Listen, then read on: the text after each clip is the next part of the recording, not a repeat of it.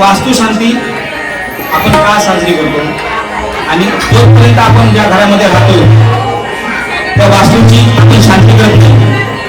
वास्तूची शांती म्हणजे जे आपण झाडतो ती झाडं आपण घरात पण जीव आहे त्यांची सगळ्यांची शांती करायची असते. तर त्या घरामध्ये आपल्याला सुख शांती आणि समृद्धी त्या घरामध्ये राहते. आणि ही जी शांती आहे वर्षातून ज्याला जमेल त्यांनी ती करायची आहे. कारण जे आपण जीवजंतू आपण त्यात मारलेले असतात ते आपण घर बांधताना त्यांना शांती करण्यासाठी त्या ठिकाणी आमच्या शिर्षेकर पण एक गजर लिहिला तो मी गाण्याचा प्रयत्न करतोय. चुकलं तर माफ करा.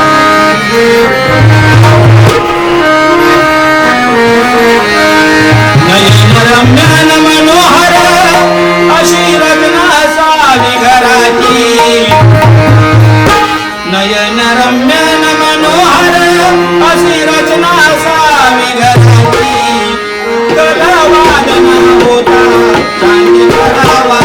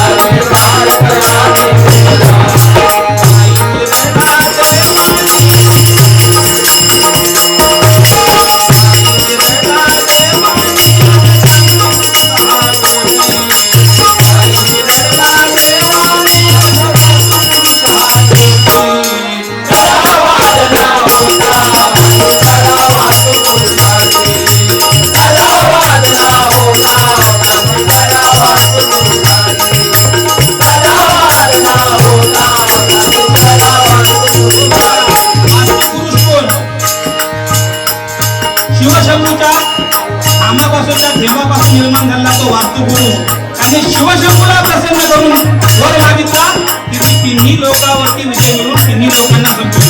पण शेवटी देवाला शेवटी देवान जरी वर दिला तर त्याच्यावरती काय देवा आपला बापा ठेवलेला असता. सांग बघा पुढे काय करतो.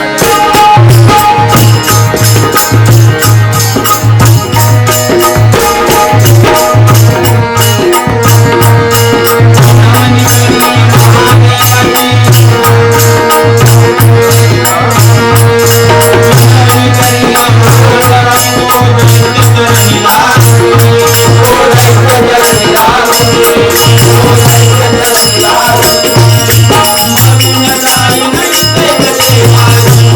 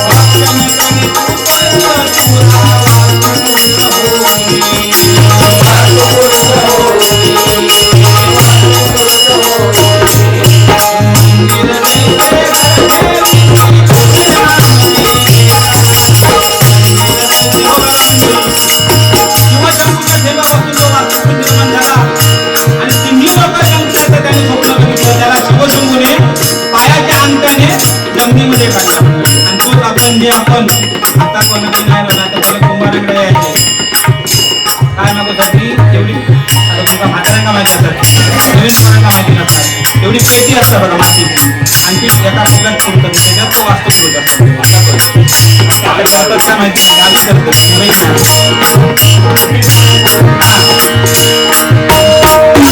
आणि तो कारण तो शिवशंभूने आपल्या पायाने घेतलेला असेल त्यावेळी तो देवाकडे मागणे लागतो अरे देवा आता मी ते खाऊ काय त्यावेळी शिवशंभू सांगतात ज्यावेळी वास्तू शांती जो कोण नवीन घर बांधली त्यावेळी जी वास्तू शांती करते त्या वास्तू शांती जेवढी सामग्री बनवून ठेवतील हे तुझे अन्न आहे आणि म्हणून ती वास्तू शांती करून त्याला आपण शांत करायचं असतं ज्यावेळी आपण घर बांधतो एका कोपऱ्यात करून त्याचं आपण पूजन करायचं आणि तोच आपला देव तोच आपला सुख शांती देतो म्हणून